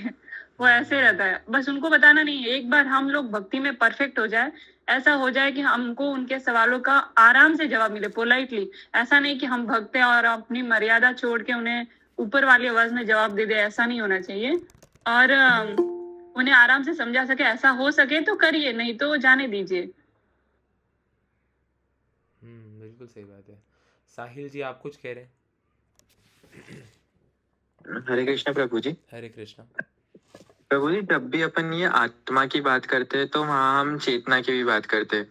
हाँ तो ये चेतना क्या होती है, और क्या हम इसको सिर्फ इतना समझ सकते हैं कि ये सिर्फ आत्मा होने का एक प्रूफ है? बिल्कुल। क्या होता है, चेतना का मतलब है कॉन्शियसनेस, है ना। ये जो सेल्फ आइडेंटिफिकेशन हम करते हैं, जो हमारा मन है ना। तो ये जो स्थिति होती है ना कि हम एक मन रखते हैं, हमारा महसूस कर पाते हैं, जो ये महसूस करने की जो स्थिति में हम, ये आत्मा का स्वभाव होता है। जैसे एक मृत शरीर हो, एक डेड बॉडी हो, उनको कुछ फील नहीं होता, है ना। उस डेड बॉडी में आप भले ही कुछ भी करिए, उसको काटिए पीटिए, उस वो डेड बॉडी रोएगी नहीं कि ऐसा क्यों कर रहे हो। लेकिन एक जीवित व्यक्ति जिसके अंदर वो सूक्ष्म आत्मा है, उसको फर्क पड़ता है। क्यों? क्योंकि जो चेतना है, कॉन्शियसनेस है, ये आत्मा का रिजल्ट है। आत्मा के होने के कारण ही शरीर में चेतना है, और वो आत्मा होती इतनी सूक्ष्म है लेकिन पूरे शरीर में चेतना फैलाती है। तो पूरे बॉडी में हमें कहीं पे भी कुछ भी महसूस होता है ना, दैट इज बिकॉज कि वो आत्मा का कैरेक्टरिस्टिक है। प्रभु जी, ये स्वभाव बदलते हैं क्या? क्या क्या कह रहे हैं साहिल जी? ये स्वभाव बदलते हैं क्या? क्या होता है कि आत्मा जो होती है वो जिस भी बॉडी में जाती है ना, जिस भी शरीर में जाती है, अकॉर्डिंगली कंडीशन हो जाती है। जैसे एक आत्मा, सेम आत्मा मुझ में है, सेम आत्मा किसी जानवर में भी है, लेकिन जी। कॉन्शियसनेस का फर्क है शरीर के अकॉर्डिंगली, है ना। तो जैसे सेम ही है लेकिन वो अलग बर्ताव कर रही है, मैं अलग कर रहा हूँ। मैं भगवत गीता पढ़ पा रहा हूँ और उसको कुछ समझ नहीं है। ऐसे इसका कारण ही यही है कि आत्मा क्योंकि बद्ध है ना शरीर के अंदर, तो शरीर के अकॉर्डिंगली एक्ट करती है। ठीक है, इस तरह से। धन्यवाद प्रभु जी। हरे कृष्णा। हरे कृष्णा। गौरव जी हरे कृष्णा। हरे कृष्णा प्रभु जी। इसमें मतलब कि आत्मा मतलब कि काम कैसे कर रही, मतलब आत्मा तो कर ही नहीं सकती ना। उसमें तो ना कुछ होता ही, वही वाला क्वेश्चन फिर आ गया इसी में, मुझे लग रहा है। बताइए, आप मतलब थोड़ा और कि बताइए। मतलब कि मन के अकॉर्डिंग, जैसे कि हमको लोग को अभी फोन टूट जाए तो मन को दुख हो रहा है ना, आत्मा को कैसे हो रहा है? तो आत्मा तो अलग हो गई, जैसे कि अभी बता रहे हैं आत्मा तो कि देखिए क्या होता है, मैं बताता हूँ आपको। आत्मा तो शरीर में बैठी है, ठीक है। और शरीर में बैठे बैठे शरीर का जो मन है, मतलब शरीर में जो मन प्राप्त हुआ है ना उस आत्मा को, भौतिक स्पर्श के कारण, उसके हिसाब से चल रही है, ठीक है। उसके हिसाब से चल रहा है शरीर। तो आत्मा बैठ के बस जो भी मिल रहा है उसको एक्सेप्ट कर रहे हैं उस शरीर में रहते हुए। आत्मा दृष्टा नहीं है, वो सिर्फ बैठी है, देख रही है, कुछ कर नहीं रही। जैसे एनर्जी, जैसे कि इलेक्ट्रिसिटी बस पंखे को चला रहा है, कुछ कर नहीं रहा, बस दे रहा उसको एनर्जी, और पंखा अपना चल रहा है। ऐसे ही तो नहीं है कुछ। हाँ, ऐसा आप कह सकते हो। मतलब शरीर को लेकिन चलाने के लिए जो एनर्जी चाहिए वो तो आत्मा ही है। प्रभु जी मैं तो कुछ फिर बोलूं इसमें? बताइए, बिल्कुल गौरव पूजा जी, जी। गौरव प्रभु जी को होता क्या है, बॉडी के 3 लेयर हम मान सकते हैं। पहला तो स्पिरिट सोल होती है, उसके ऊपर सटल बॉडी होती है, उसके ऊपर ग्रॉस बॉडी होती है।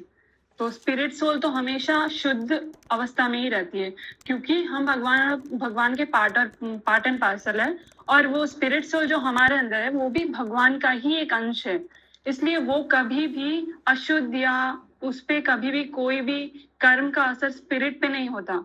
हम जो कर्म करते हैं वो हमें सटल बॉडी में और ग्रॉस बॉडी में भोगने पड़ते हैं। सटल बॉडी क्या होती है? हमारा माइंड, इंटेलिजेंस और फॉल्स ईगो, वो तीनों मिलके सटल बॉडी बनाते हैं। और gross body earth, water, fire, air, ether, इनसे बनती है।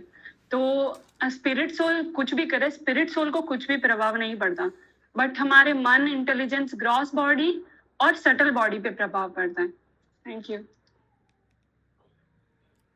यही तो हम भी उस दिन भी कह रहे थे कि मन को ही प्रभाव पड़ता है। जैसे कि मन कर रहा है कि कुछ भी करें, गलत काम करें, तो मन को ही कष्ट हो रहा है, ना कि आत्मा को हो रहा है, ना कि बॉडी को हो रहा है, मन को हो रहा है।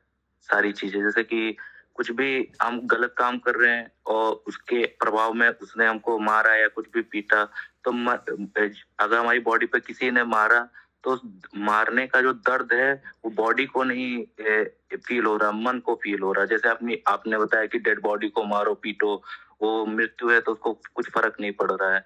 आत्मा को भी फर्क नहीं पड़ रहा है, क्योंकि वो उसको कुछ फील ही नहीं होता है, ना अग्नि जलाती, ना सुखाती है, वो पानी सुखा गीला ही कर सकता है, ना शस्त्र मार सकते हैं। मन ही को ही मतलब कि सब कुछ करा जा सकता है, जैसा अभी पूजा माता जी ने बताया। पर तो अगर मन को हमारे स्पिरिट सोल शुद्ध भी है, पर फिर भी अगर जो भी हम कर्म करेंगे उसकी सजा तो हमें भुगतनी ही पड़ेगी, चाहे वो अभी हो, बाद में हो। होता क्या है, लोग सोचते हैं कि मरने के बाद अगर ये बॉडी चली गई तो सजा किसे देंगे, पर हमारी ग्रॉस बॉडी हमारे साथ रहती है, सूक्ष्म शरीर एक हमारे साथ आता है।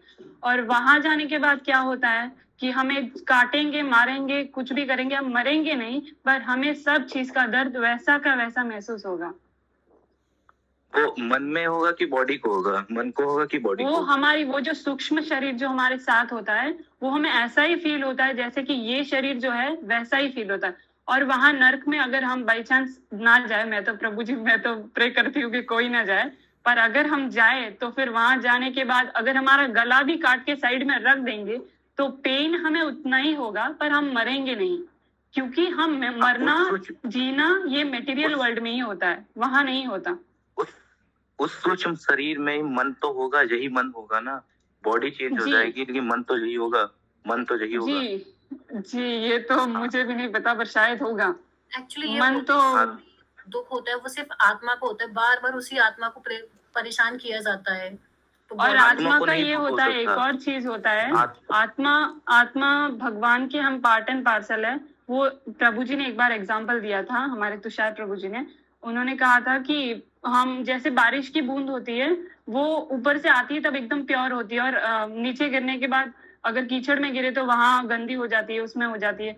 उसी तरह हम मटेरियल वर्ल्ड में आने के बाद हम ये सब चीजों में फंस जाते हैं, बाकी हम अंदर से अभी भी प्योर ही है। अगर हम अपनी चेतना में जाए तो हमारा सेल्फ रियलाइज होंगे, तब हमें पता चलेगा कि हम अंदर से अभी भी वैसे ही है, स्पिरिट सोल वही है, भगवान से जुड़ी हुई, और भगवान से हमारा रिलेशनशिप, जैसे हम इटर्नल सर्वेंट है भगवान के, वो हम लोग बाहर से भी वही है। अगर आप देखेंगे तो कृष्णा तो इन्फिनिटी है, इन्फिनाइट है, और इन्फिनाइट के अंदर ही हम लोग हैं। सब कुछ पवित्र ही है। मन को लग रहा है कि ये शुभ है, ये अशुभ है। हम लोग इन्फिनाइट के अंदर ही तो हैं, बाहर कहाँ? अगर भगवान से हम लोग बाहर